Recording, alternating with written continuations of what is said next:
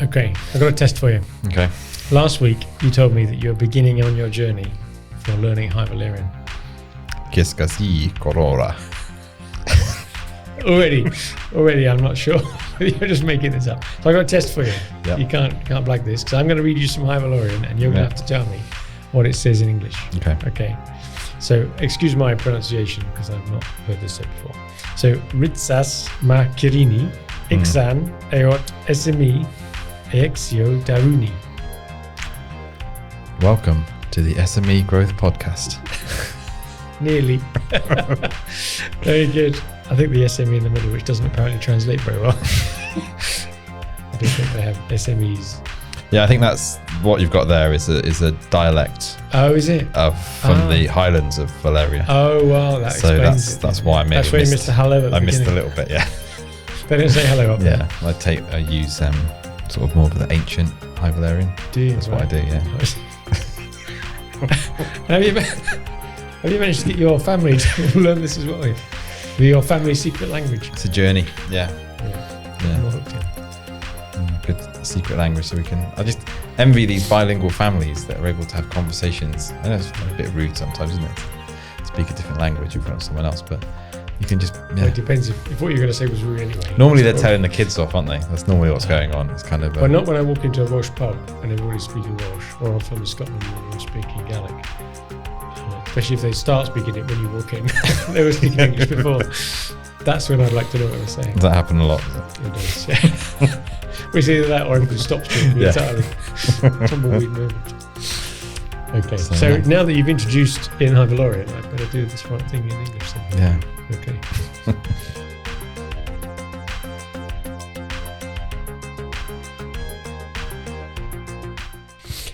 So hello and welcome to the SME Growth Podcast for another week. And this is episode 2 or part 2 of the series that we started last week, talking about why salespeople actually like a CRM, HubSpot's CRM. Traditionally, we come across lots that just see it as a big monster to feed them information. So I'm Dave Parry from Wellmeadow, and joining me to continue our journey on that explanation is Rich Buckle. Hoktao Manu. You're just making that up. I don't believe one of it. One of these days, I'll meet someone. Someone will come in a robe or something, won't they? They'll be like, "I'm from Valeria." Or something. Okay, then I'm going to be in trouble. Anyway. Retire then. Okay, so part 2. So last week we covered a few things. So a quick recap, and if any of these interest you and you haven't listened to last week's podcast, then what you're playing about that, go and listen to it and see what we were talking about. So we talked about the plugin for Outlook and Gmail and how it effectively brings a CRM system inside your email client and how useful that is. We talked about HubSpot's magical powers of being able to identify hitherto anonymous cookies, so you know what your users are doing, where they're on your website and stuff like that, which is great. We talked about how you can get people to book meetings with you and how that tracks who they are as well, and offer the whole meeting tool, calendar integration. We did talk about the lead forensics equivalent within HubSpot, which, if for no other reason, helps people justify the cost of HubSpot, because they can stop paying for lead forensics if they are, and the customizability and some of the conditionality for how you set up the whole views. I waffled on a bit about task management because I find that quite useful and helping salespeople to prioritize their tasks and get through loads. And I think we finished up on sending quotes, sending documents out, and being able to track not only that they've been opened, but how many seconds you spent on each page and all that type of thing. Yeah, we touched on the Quilla integration there, didn't we? That's right, which we're using a bit more and more. So that was last week. I even touched a bit on the app as well, which probably a whole new episode on the app we could do. So we did say at the end of last week that we would cover a little bit about automating emails going out, especially when you're trying to get somebody to respond to you for the first time. So go over that. Some canned text, some of the uses for automation. And we've got quite a few of these things, both for just helping you do your job and for helping analysis of what works and what doesn't. So we come up with that. Talk about calling and how you use HubSpot to make the phone calls or make it through HubSpot, and then some third-party plugins. All right. Strapped in, ready to go for that? Sounds good. Put on to your hats. Sounds good. So this is something I talked about with emails. They call that sequences. Have you played around with much of them? Not had a huge play with it, but it's one of those things where I think it's probably more for your outbound cold calling almost, for sake of want of a better word. Converting a cold prospect to someone who's talking to you. It certainly saves a lot of time. And it makes sure it's happened. Because, it's like if you've got someone you're trying to track them down, you email them, they don't respond, you email them again, and then you kind of forget after that. Yeah. And as you've probably had quoted to you a million times, it takes on average, insert your number here, but 7 or 10 emails before someone responds. I'm not sure where that data comes from and how true it is. There must be a high variation on it.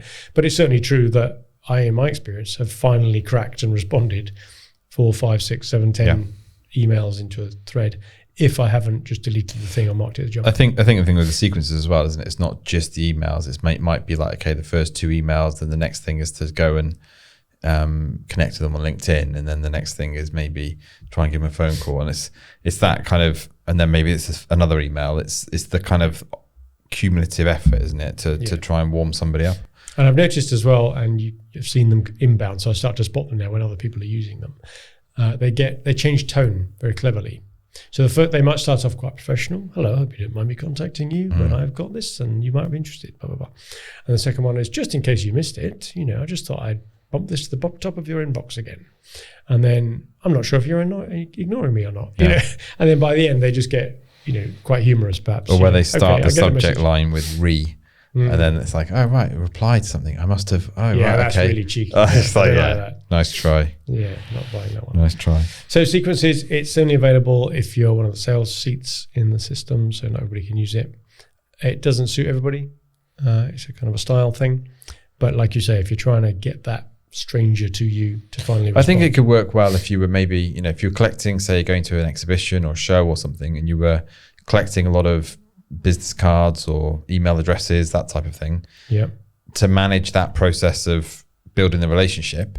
Yeah. Something like sequences could be really good. I think it also works well if you've got a larger sales team, and a high volume of prospects that you're trying to reach. Because if you want everybody to go through a similar process, setting up a sequence can be quite a good way of making sure that it standardizes things. It standardizes it. Yeah, if you've got a big team or you're doing lots of them.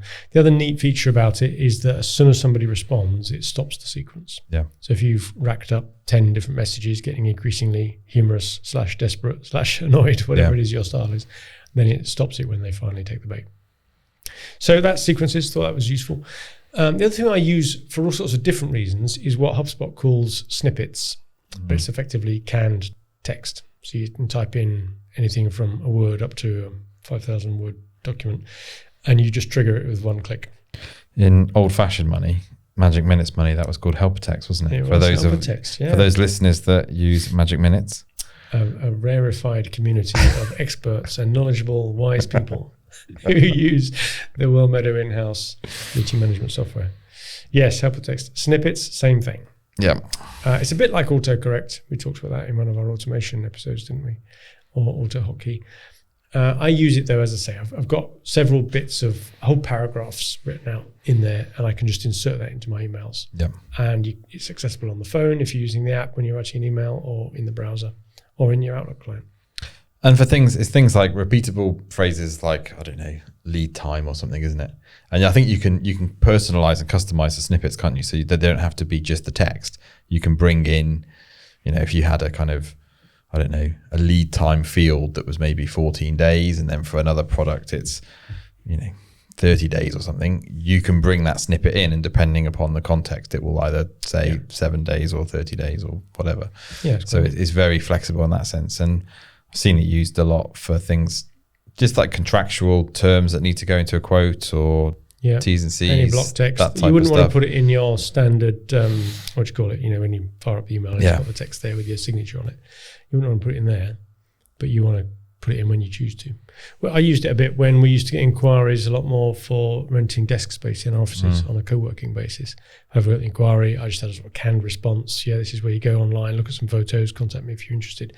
And it just saves you having to write a load. Yeah. I used it as well for speculative job applicants, pointing them to the careers page on the website, thanking them for their interest, that type of thing.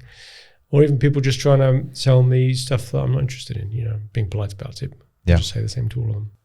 So yeah, snippets, quite handy, just speed you up writing your emails. Maybe that's less valuable than some of these other ones though. So I want to talk a bit now about the automation, because HubSpot is at its heart a bit of automation software. It's a database with automation on the back of it, isn't it? Yeah. Now, I know a lot of that functionality is used by the marketing teams to do things when people respond to a web page or a download or whatever. But it's also useful for salespeople. Yep. And one that I've used it for recently is just on all the open deals, if the close date is coming up in the next 7 days, it sends me an email just to say, you've got a deal here with a close date at the end of the month. You might want to revise that because if you haven't closed it now, you've only got 7 days to do it. And I found that very useful to make sure I avoid that problem that I think probably all CRMs have of dates in the past, which are the predicted close dates. So it's a good bit of housekeeping. Yep. What other things have you used it for? Well, you can automate the whole, I suppose it's a slightly separate thing, but you can automate the whole pipeline. So you've obviously got different deal stages throughout the pipeline. Yep. And maybe at different stages, you need different things to happen. Someone needs to be informed, or maybe someone's got to sign off on a technical spec, or maybe you want to let everybody know that you won a deal, or you want to send a feedback form out when you've lost a job or something. Whatever the context is, all of that can be automated within the pipeline. Just take out so much overhead.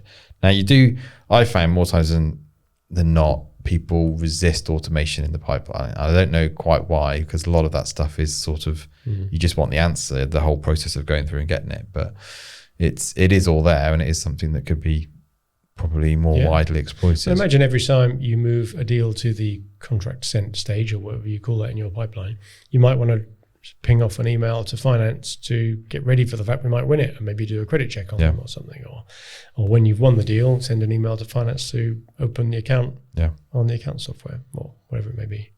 Or even just letting people know. I mean, we had one client a while back, didn't we, where it was almost like the board meeting would be the place where the sort of the design team would learn what was going on. Yeah, thanks for telling us. So you could have something where, contract sent, everybody gets an email to say, these are the details. This looks like it might drop in 6 months or something. Cool. Yeah, and this is the person who owns the deal. If it's on your radar. Give them a ring. The other one I've used it for, I think I mentioned last week about lapsed customers. Yeah. So if I've marked a deal as closed, lost, then 6 months on, I send myself an email through the system automatically to say, oh, you lost this deal 6 months ago. And the reason I do that is because quite often the reason for not proceeding at the time, and the reason I closed it as lost, was just the timing wasn't right, or they didn't have the budget at that point, or it was the wrong time in their budget cycle, or whatever it may be. Now, it may not be that you've remembered to put a task in, it may not be appropriate to. So it's often a good prompt just to say, oh, by the way, 6 months ago, we had a chat, it wasn't the right timing then, just thought I'd ask, is it worth another chat now? And okay, you're going to have a reasonably low hit rate, but it's such a low effort thing to do. Exactly. And it flushes them out. Flushes it out. So quite like that. And it's amazing how much stuff actually ends up in that lost column for, either just through laziness or through just can't be bothered to chase something up, or like you say, it wasn't the right time, budget wasn't available, circumstance wasn't right. Excuse me. So actually having a mechanism to just say, actually, it's not really, lots of things aren't truly lost in the sense, unless it's a time-bound offer, is it? So, and it's easy when you're busy. I know that you could set yourself tasks using any other software, even Outlook tasks or something. You could set a task when you send a quote, for example, or remember to chase this up in 3 days. Now that is easy to do within HubSpot, because as soon as you click it, you say, remind me in 3 days. But if you automated it, you're absolutely belt and braces. You could say, after a week after I've moved something to the proposal sent stage, if you haven't heard anything back, there's no activity, send me an email. Yeah. Something needs to be pushed, so push it. So it's useful, all that type of thing. Just think through, how could I slicken up, make loads of things happen while I'm I think asleep. Most of us are much better at responding to something done to us, aren't we? So if you get that email saying, hey, I got the email now, it's been 6 months since we spoke, but we're in a position, you're like, oh, right, okay. Yeah. That's the automation's done that. I'll respond. Yeah. The likelihood of me remembering something that happened 6 months ago. Yeah. The other day, I even set up a task for in the future, about a long way in the future. I think it was a 6 months hence type thing, because something had cropped up in the conversation why there was a reason why I would want to ring up. I can't remember what it was now, but in 6 months' time. And I effectively wrote the email for 6 months' time in my reminder to say, send an email saying this. Yeah. And then when I get the reminder, all I got to do is copy and paste that into my new thing, and I'll more likely do it, as opposed to just getting an email saying, compose an email, think about it, remember where you were. If I'm busy, I might more likely forget that. So that's good. All sorts of automation you can do around that. Did you want to talk about push counters? Well, that's interesting because it's still a version of automation, something that automation can do. Now, I think I'm right in saying that Salesforce has that particular functionality out the box, a push counter. It's just one of the features it has. And a push count is how many times have you changed the close date of an opportunity or a deal. Now, HubSpot doesn't have that out of the box, but it's very easy to build a very simple automation on it. Just say that every time the close date changes, increment a property called push count by 1. And the reason we do that is partly for long in the tooth deals. If it just happens to have always been an in the future thing and it was expected to close a year after talking about it, then fine, push count's going to be low. But if after 12 months you've changed the date 12 times, probably 1 month every time, something's wrong, right? It's just not closing. Yep. Either you're not very good at getting information about how well qualified this is, or someone's jerking your chain a little bit. And that is one of the many things that we tried to collect to help us with analysis. Yep. So is that a good opportunity to talk about some of the analysis work we've done before? Perfect segue. Go on then. So yeah, so we started quite a big project, didn't we, really, internally around, let's call it AI, but it's not really AI, is it? It's more machine learning, multiple regression, regression analysis on just trying to understand what factors influenced a deal that was either won or lost, and trying to look back through all the data within HubSpot and say, was it the location of the company, or was it the push count of the company? If the push count gets to 5, what's the probability of the deal being won?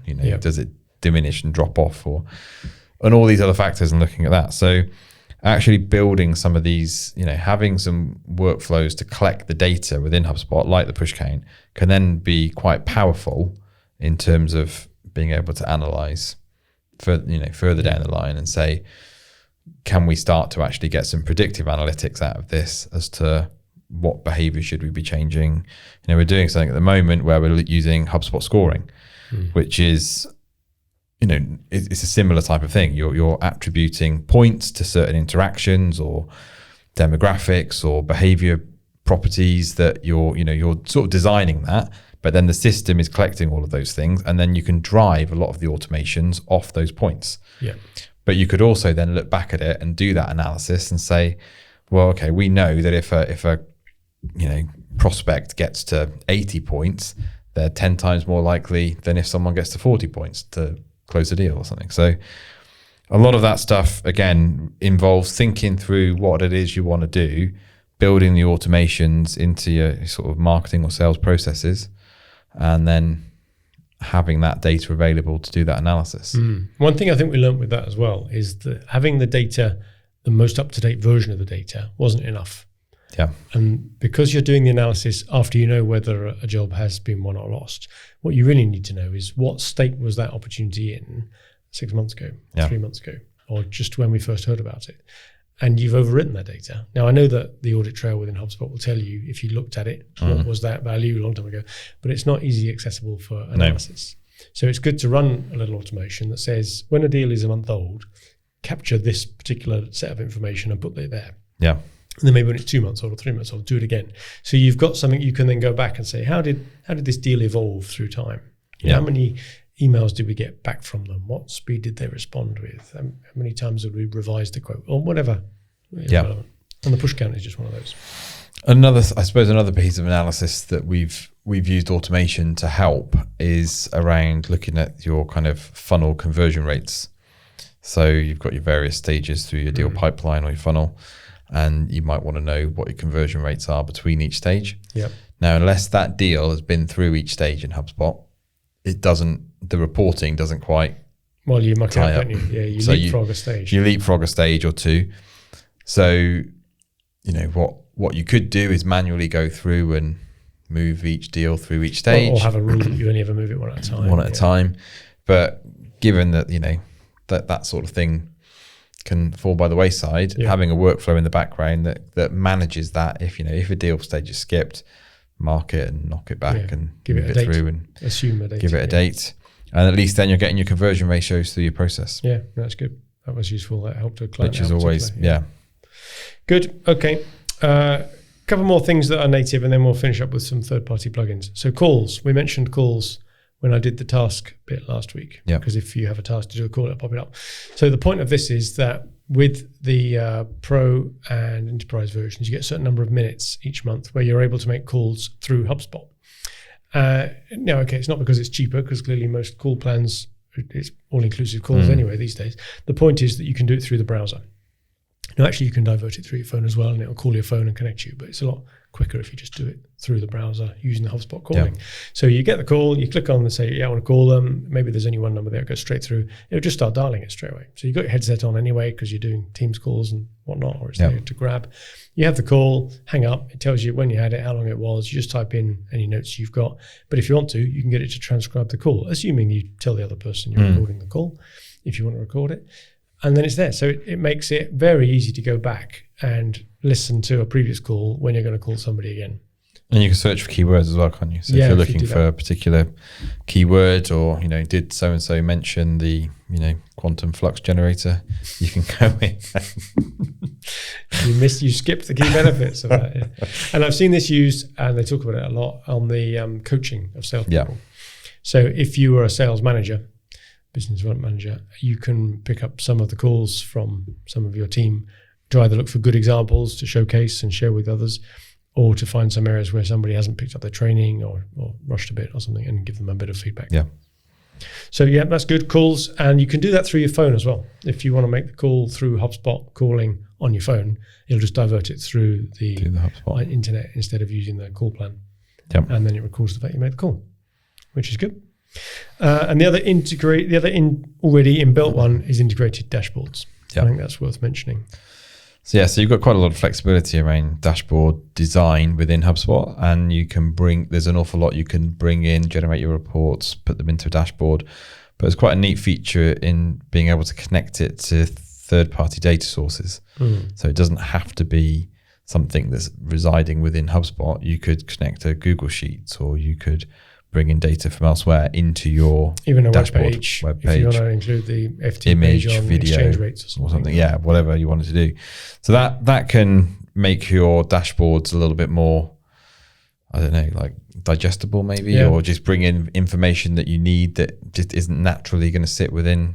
Well, it saves having to design Power BI or whatever people use, and it's got the similar functionality in if you click on a bar in a bar chart or a dot, it will then pop up a modal window, a pop-up window, and give you a list of what makes up that piece of data, which you can then further click on and drill down. So pretty interactive. It's pretty interactive. And I think just as an aside, just one of the things we're playing with at the moment is just trying to make the dashboards a little bit more like a story, and just try and talk people through the kind of lead gen process with, much clearer headings and what are we trying to achieve here, and rather than just have if you look graphs. If you look at a HubSpot dashboard, not oftentimes it's just like so much data in there, you can't see the wood for the trees.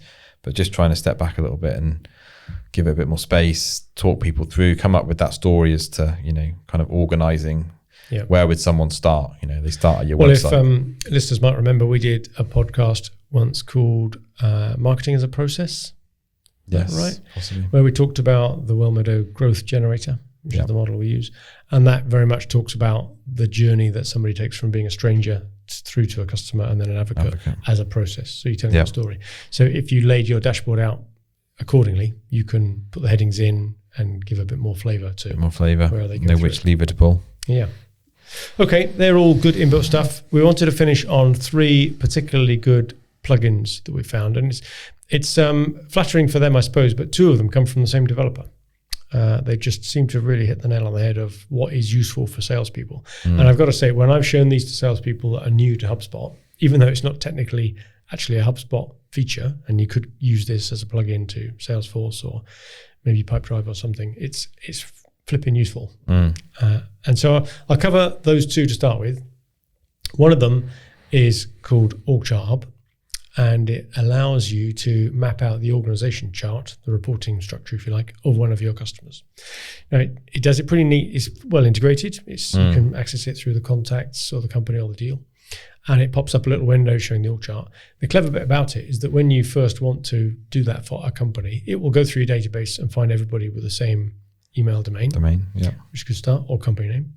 And it will also use what it calls a bit of AI, but I think it's more simplistic than that. But it tries to guess the reporting structure. So if somebody's called the CEO, who puts his or her name on the top. If somebody's called director, they then report to the CEO. You can imagine how it works. And if there's a finance director and a finance manager, it makes them all report in correctly. But even there'll be loads that it hasn't got perhaps, or it's got it wrong, but it's very, very easy to just click and change what they all are. So that's pretty neat anyway. But what you really want to use that for is, A, do I understand who all the key players are in this organization? Have I got the stakeholders mapped out? So you can flag each one as saying, right, these are decision makers, a blocker, an influencer, not involved at all. So you've labeled everybody up as to where they are. And then they've got this really eye-popping feature, which is a bit of eye candy, but people always love it, which they call heat maps. Click the heat map on, switch it between either marketing or sales activity, and it will show you in blobs of red and green and varying colors where has the activity happened on the org chart, and it overlays it. And if you could see that all you're doing is talking to the buyer, but not the user or the finance people, or in some cases, health and safety, legal, purchasing, whatever else it may be, you can see where your gaps are. So if you're trying to do an account-based selling activity and you've missed some of the key stakeholders, it's very prettily presented to you, and you can easily act on it. Very, very neat, very clever. But you can start tailoring your content then, couldn't you, and things like that, and just outreach and what you're doing. It's just amazing. Sometimes it's so bloody obvious. I need to ring that person. Wow, that's a blind spot. And great for coaching again. If you're a sales manager, go into somebody's org chart of an account they're dealing with. When was the last time that anybody had any interaction with this person that's in their organization? So from the same developer, geomapping. Now, did I show you this one the other day? I showed a bit of that. I think, you mentioned it. It's got a nice sort of two-way integration, this one. It's quite clever. So you start off by, you go into the same again, context, company, deal or whatever, pick your companies, and you use a filter, which is written the same way that HubSpot is written. So it's quite clever. They've made it so that you're familiar with it. So based on all sorts of properties, which is probably more geographical, but it could be, are they a customer or a prospect, or are they a big spender or a small customer, or are they complicated buying process, whatever it may be. You choose your filters, and then you build a number of lists within your mapping program. So you can choose which ones to plot onto your map. And it's of the world, but you can zoom it into where they all are. So you can have red dots for prospects, green dots for customers, yellow dots for ex-customers, purple dots for people I want to go and see if I'm passing, whatever it may be. And it'll allow you to do route planning on it. And also the two-way bit is you can geofence any area you want. So if you've got a sales territory or just the whole of the UK, or you're going to do an exhibition in Germany, you want to know who's in Germany, you draw a dotted line around an area. It grabs all the people in your database that are in that area, and it allows you to re-import it back into HubSpot as a list. And once you've got it as a list, you can send them an email or do whatever you want. Pretty neat. What's the company called? So that is the same company as the org chart people, but it's called GeoMapper. That's pretty good.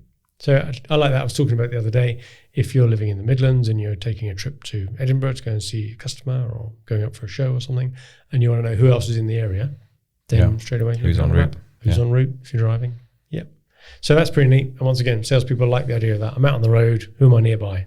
Bit of mapping. Does it solve the travelling salesman problem? It almost does. If you select a number of locations, it will optimize the route for you. The travelling salesman problem is a long-running, I don't know what it is. Conundrum. But it is a source of humour. There was a moment about 6 months ago where we thought that ChatGPT had solved it. Dave got very excited about it. But it turns out it hadn't. So it's probably only done it. In fact, it was worse than the way HubSpot does it, because at least HubSpot comes up with the right answer. But I think it works it out using a brute force method of just trying all the options possible and giving you the shortest route. Whereas ChatGPT, not surprisingly, just blagged it and came up with a very convincing incorrect answer. But there you go. So org chart, GeoMapper, very useful. Yeah. So I've saved the best till last in a way, because all salespeople hate writing meeting notes, visit reports, whatever it may be. Yeah. And these days we're doing so many meetings on Zoom or Teams that it's become a lot easier to record a call, record a Zoom call, team call, that's fine. But nobody really wants to be able to wade through, let's say a half an hour or even an hour transcript, even let alone the actual video and voice recording. It's just too much in it. So there's an app, and there are several like it, but the one we use is called Fathom. It's free, believe it or not, unless you're going into the team plan. It automatically joins your Zoom meetings. It automatically notifies the other members of the meeting that you want to record it and gives them an opportunity to object if they don't want to. It sends out the link to the recording afterwards with the transcript. But most importantly, it produces its own AI summary of the meeting in 5 or 6 bullet points, even if it's an hour long. And it links into HubSpot automatically. You've linked the two pieces of software together. And it will put that AI summary of the meeting and a link to the full recording in against all the people that you're meeting with. So I don't even open HubSpot. I have a meeting with someone and I just know that the summary of that meeting is against that person. Amazing. And they've got a copy of it. Incredible. And once again, whenever I've shown salespeople that who are used to having to just jot down a few key points of what the meeting was about, the thought that it's just not only taken that job away, but it's given them a much better version and automatically put into all the people that need it, and you've sent it to the other side. Unbelievable. And the AI summaries are pretty sensible, aren't they? Yeah, it works well. It's not a kind of random collection of words. And if it's put it into, say, 5 or 6 bullet points, it puts you a timestamp. So if you want to go and listen to that in full, it takes you straight to that point of the full video recording with the transcript underneath it and all that. Amazing. So, the fact that it's doing a recording and a transcript and even the AI summary isn't so amazing these days. There's a number of apps out there, although lots of people aren't using them. But the fact that it integrates into HubSpot natively and the record is already updated, it's just incredible. Very, very useful. So I thought I'd, those last 3, I must admit, are the ones that are turning the most heads, and they are all third-party plugins. But when you combine that with what HubSpot does anyway out of the box, part of its inherent functionality. Yeah, you combine that with the CRM and then the functionality around the sales and marketing to, that level of intelligence and efficiency. It's just so crazy. What we try to do there is really dispel for those that are still on the dark side, if you like, of thinking that CRMs are all evil and only there to get yourself beaten up by your manager for. They are there actually to help you do your job if they're used properly. In fact, it's probably a good test of a CRM. Does it help you sell more, or is it just there to waste your time? Think of the commissions. Hit your targets, get your commissions. Yeah. So if you do know salespeople that are still waiting to be convinced, then maybe point them into this direction. And didn't we talk about maybe doing a video series on each of these? Yeah, I think we will. I think we're going to do something on the website shortly where we'll be just actually, rather than us talking about it, actually showing and demonstrating some of this stuff. Good idea. Just so that people can, sort of a picture's worth 1,000 words and videos show people how it works and how to set it up maybe. How to set it up, if you've got it yourself, do all that. Clearly, if you need a hand. You know where to come. You know where we are. You know where we are. Okay, good. Well, I know that took 2 episodes of our podcast to cover, but that was quite a good list of things that salespeople have said to us that they quite like about that system. Yep. Good. So thank you again for listening to the SME Growth Podcast, these 2 episodes on why salespeople like HubSpot's CRM. So if you know any salespeople that you think might be wanting to listen to this, or at least should be, please send them a link. And if you know anybody generally in business that might be interested in listening to all the various topics that we talk about in our podcasts, then please share a link to it as well. And for your own benefit, please follow it on Spotify or Apple, wherever you listen to your podcasts, and click the little bell icon so you get notified when a new episode drops. So thank you very much again for listening, and good luck with your business.